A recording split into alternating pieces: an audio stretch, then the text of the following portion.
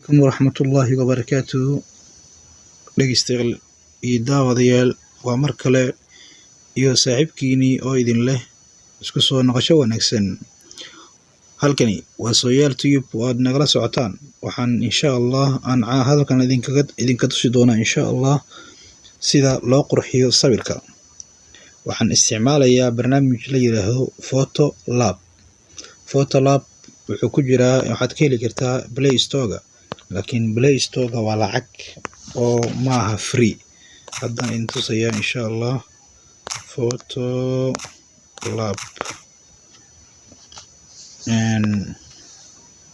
lacag buu ka yahay Play Store midkan maaha midka loo baahan yahay waa kana lacag ayuu ka yahay Play Store. I think waxaan u maleynayaa $140 oo lacagta wadankan buu ka yahay. Marka waxaa fudud waxaad ka soo degsan kartaa Google Chrome ka soo degsan kartaa.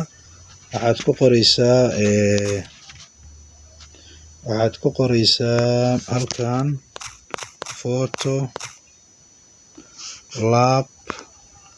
download kadib okay aad leedahay. Waxyaabo badan buu ku soo saari laakiin waxaad ka dooranaysaa midkan ay ku qoran tahay Photolab Picture Editor FXABK for Android download. Waad ku dhufanaysaa markaad ku dhufatid waa kana waxaa ku leeyahay free download ayaad leedahay. Free download markaad dhahdid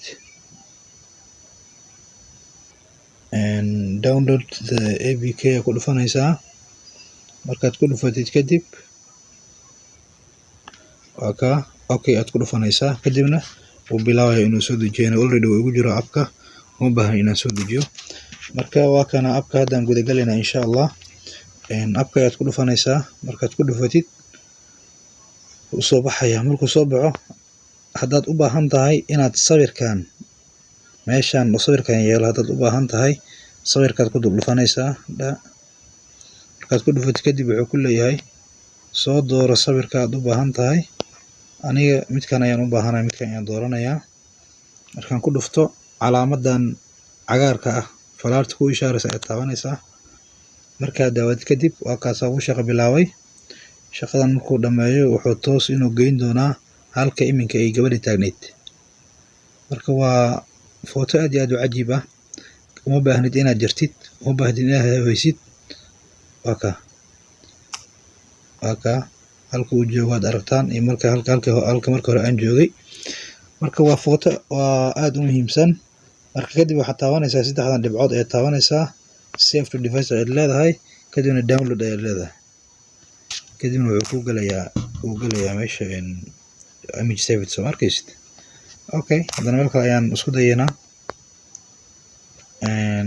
Ka soo qaad waxaan u baahannahay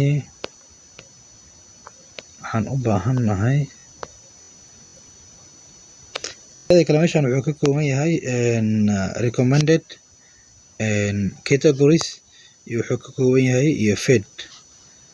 Haddaad doontana meeshan ayaad ka raadsan kartaa. Waxaad u baahan tahay new reality masterpiece face montage waxaasoo dhan meeshaas waxaan dhan sawir unbaa ku jiro. mid kaarta ayaad ka dooran kartaa oo aad wax dul saari kartaa. Tusaale ahaan new reality aan galaynaa adiga iyo saaxiibtaada kale markaad doonaysid inaad yacni samaysaan romantic spring frame midkan oo kale aad dooranaysaa. laba sawir baa lagaaga baahan yahay. hadda kan iyo kan baan dooranayaa kadibna waatana falaarta ayaan dooranayaa. labada meel ayay kala galayaan. Marka waa sawiro jacayl weeye. qofkii doonaya wuu samaysan karaa. hadda wuu galayaa waa ka adiga saaxiibta meesha saas oo kala gashan kartaan. kadibna taabanaysaa save to device kadibna download ayaad leedahay kadibna waad ka laabanaysaa. waa easy aad buu u fudud yahay. waa wax aad iyo aad u fudud. hadda tusaale ahaan haddana waxaan doonaynaa gabadhan halkay joogto inaan tagno. waxaad u baahan tahay oo kaliya sawirka unbaad dooranaysaa kadibna falaartaad riixaysaa kadibna isagaa shaqo galayo halkii ku goynayo. waa aad iyo aad buu u fudud yahay. waa shay aad iyo aad u fudud wax dhib badan maaha. waxaan ku jeclaaday waa fudeedkaasi u baahnid inaad wax jarjartid sida big artist iyo yacni maxaa la lahaa barnaamijyada kale oo footooyinka lagu qurxiyo kale. kan waa the easiest, waa midka ugu fudud. waa kaa sawirka already meeshuu tagay, meesha aad tagi jirtaan ayaad tagaysaa 3 dhibcood. save to device ayaad leedahay, download ayaad leedahay. waa easy, aad buu u fudud yahay. waxaan rajeynayaa insha allah inaad ka faa'iideysan doontaan oo aad walaalahanagan aad uga faa'iideyn doontaan oo aad share gareyn doontaan hadduu ilaahay idmo. والسلام عليكم ورحمة الله تعالى وبركاته.